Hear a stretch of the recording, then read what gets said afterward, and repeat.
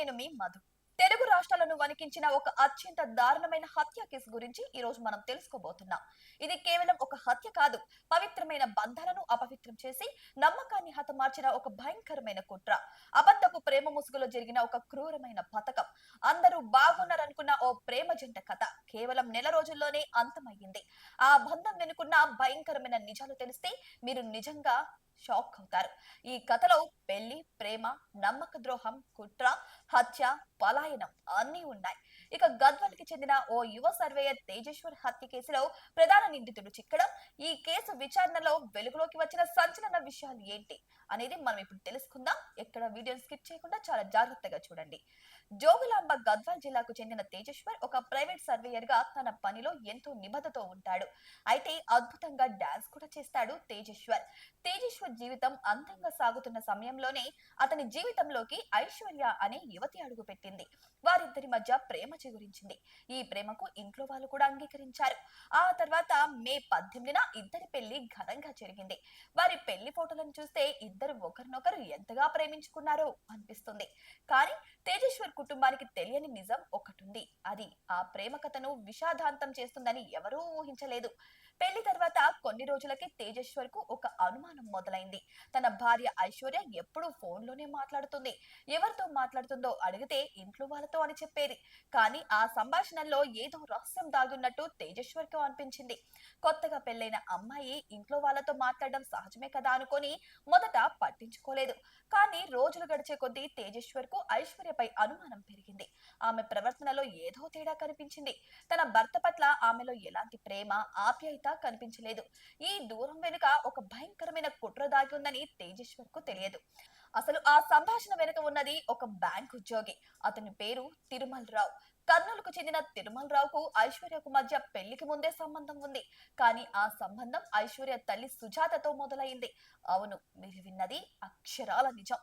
సుజాత ఒక బ్యాంక్ లో cleaning work చేస్తుండగా ఆమె తిరుమల్ రావుకు దగ్గరైంది. ఆ తర్వాత సుజాత గైహాజరీలో ఆమె కూతురు ఐశ్వర్య బ్యాంక్ లో క్లీనింగ్ వర్క్ చేయగా తిరుమల్ రావు ఐశ్వర్యతో కూడా పరిచయం పెంచుకున్నాడు. అలా వీరిద్దరి మధ్య వివాహిత సంబంధం ఏర్పడింది. ఈ విషయం ఐశ్వర్య కుటుంబానికి తెలిసిందే.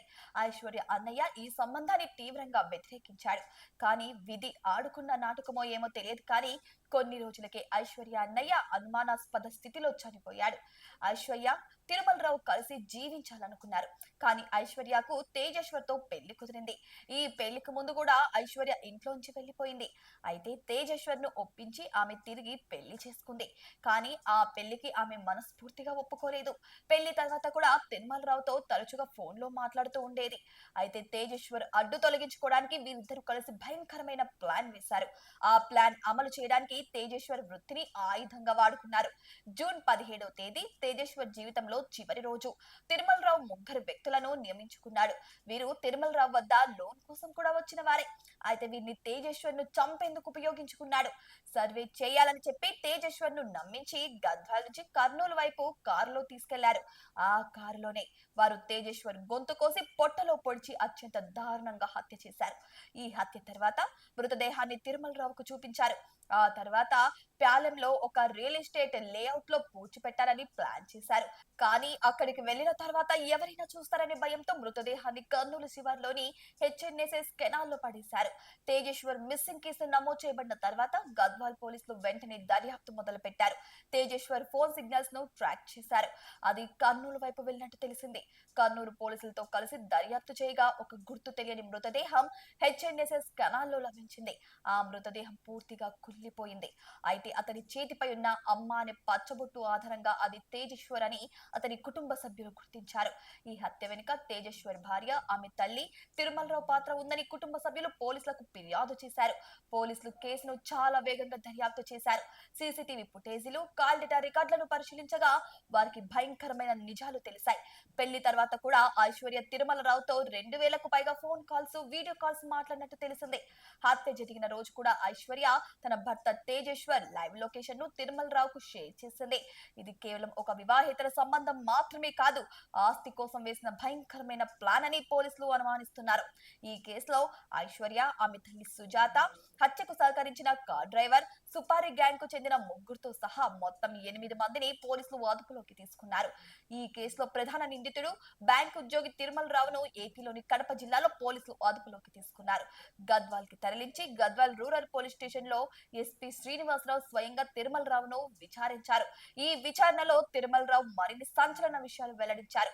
హత్య తర్వాత తాను ఐశ్వర్య కలిసి లడక్ వెళ్లి ఆ తర్వాత విదేశాలకు పారిపోవాలని ప్లాన్ వేసుకున్నామని, అందుకు డబ్బు టికెట్లు కూడా సిద్ధం చేసుకున్నామని చెప్పినట్టు సమాచారం. ఈ మొత్తం కుట్రలో ఐశ్వర్య తల్లి సుజాత కూడా కీలక పాత్ర పోషించినట్టు పోలీసులు గుర్తించారు. ప్రస్తుతం పోలీసులు అన్ని వివరాలను ధృవీకరించుకున్నారు. గురువారం ఈ హత్యోదంతం వెనుక ఉన్న పూర్తి నిజాలను అధికారికంగా వెల్లడించే అవకాశం కూడా ఉంది. తేజేశ్వర్ హత్య కేసు తెలుగు రాష్ట్రాల్లోనే సంచలనం సృష్టించింది. ఒక యువకుడి జీవితం నెల రోజుల్లోనే ఇంత దారుణంగా ముగిసిపోవడం అందరినీ కలిచివేసింది. ప్రేమ పేరుతో దగ్గరై నమ్మించి వెన్నుపోటు పొడిచి ఈ కథ చాలా ప్రశ్నలను మిగిల్చింది. కేవలం ఆస్తి కోసమే ఈ హత్య జరిగిందా, లేక వేరే కారణాలు ఉన్నాయా? ఐశ్వర్య అన్నయ్య మరణానికి కూడా ఈ కుట్రకు ఏమైనా సంబంధం ఉందా? ఈ అన్ని ప్రశ్నలకు పోలీసులు అధికారిక ప్రకటనతో సమాధానం లభిస్తుందని ఆశిద్దాం. ఈ భయంకరమైన ఘటన నమ్మకానికి, మానవ సంబంధాలకి విలువనివ్వని సమాజంలో మనం జీవిస్తున్నామా అని ఆలోచించేలా చేసింది. ఈ కేసుకు సంబంధించిన పూర్తి వివరాలు వెలువడిన తర్వాత మరిన్ని అప్డేట్లను మీకు అందిస్తాం. మీరు దీని గురించి ఏమనుకుంటున్నారు? మీ అభిప్రాయాలను కామెంట్ బాక్స్ లో కామెంట్ రూపంలో తెలియజేయండి. ఇటువంటి మరిన్ని అప్డేట్స్ కోసం మా ఛానల్ ని సబ్స్క్రైబ్ చేసుకోండి.